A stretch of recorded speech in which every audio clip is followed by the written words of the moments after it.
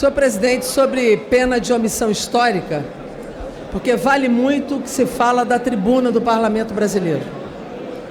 E nós não poderíamos passar esta semana, como líder da minoria desta casa, no ano de 2019, não registrarmos aqui a nossa opinião no momento de uma crise democrática brasileira, sem falar do que consideramos grave e as nossas iniciativas.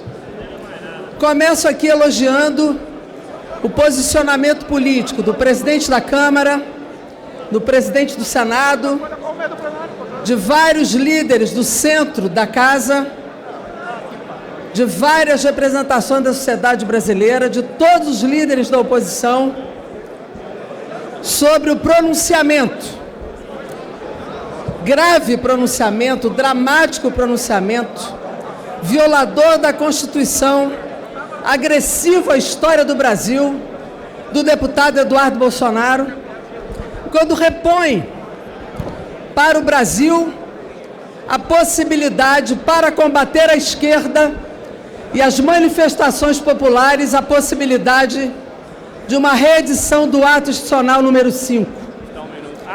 Quero dizer que essa não é uma fala menor. Não é uma fala que nós possamos considerar como algo natural, como uma fala que possa ser proferida por um agente público, por um parlamentar. Só quem não conhece a história do Brasil, quem não sabe o que foi a ditadura militar no Brasil, as consequências do ato institucional número 5, e quem não leu a Constituição brasileira, pode considerar que isso não foi quebra do decoro parlamentar. A liberdade de opinião não pode ser para qualquer opinião. E afirmo com toda a convicção que a liberdade de opinião tem um limite, que é a Constituição brasileira. A liberdade de opinião não pode atentar contra a vida, não pode atentar contra o Estado Democrático de Direito, não pode atentar contra os pilares básicos daquilo que está escrito nos artigos fundamentais da Constituição brasileira. Nós não podemos aceitar, como ninguém da sociedade brasileira aceitou ou aceita, o que disse o deputado Eduardo Bolsonaro. E não adianta pedir desculpa, porque todo mundo sabe o que pensa, o significado da sua intervenção, que é gravíssima.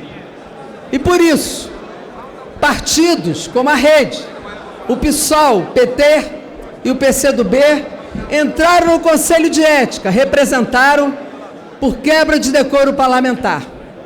E este parlamento não será digno deste nome se não tomar uma atitude clara e absolutamente contundente em relação a essa atitude deste deputado.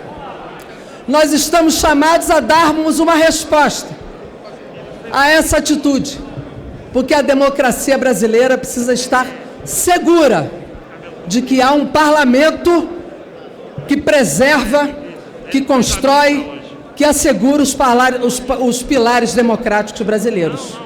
Nós estamos eleitos aqui, porque muitos perderam a sua vida para que esse parlamento permanecesse aberto. 149 mandatos foram cassados durante o ato institucional número 5. Este parlamento foi fechado.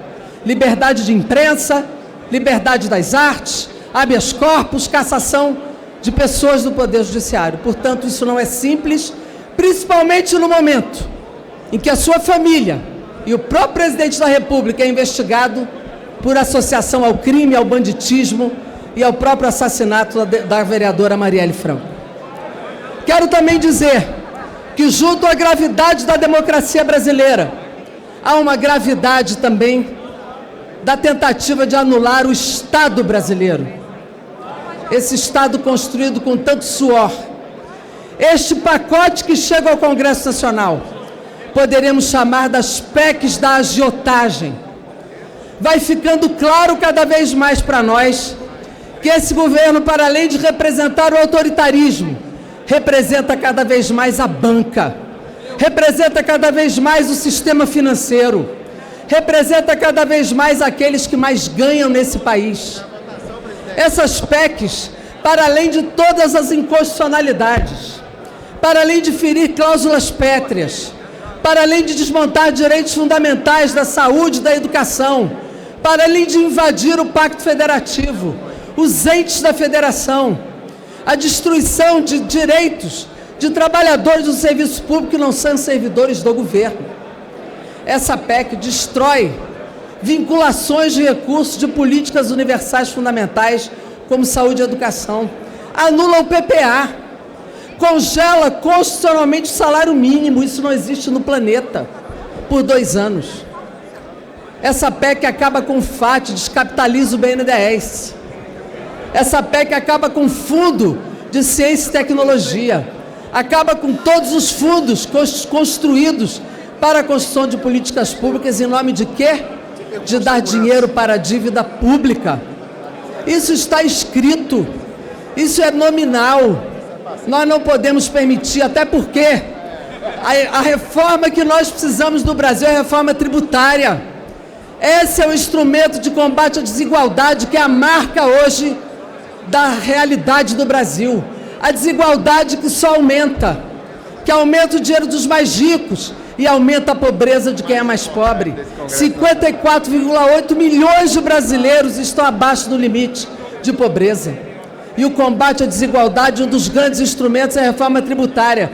Deputado Rodrigo Maia, essa é a reforma que tem que vir para a pauta.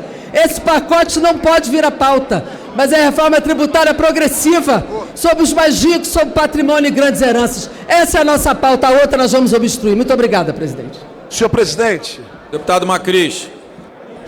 Senhor presidente, senhores deputados, não faz muito tempo nós vimos uma cena neste país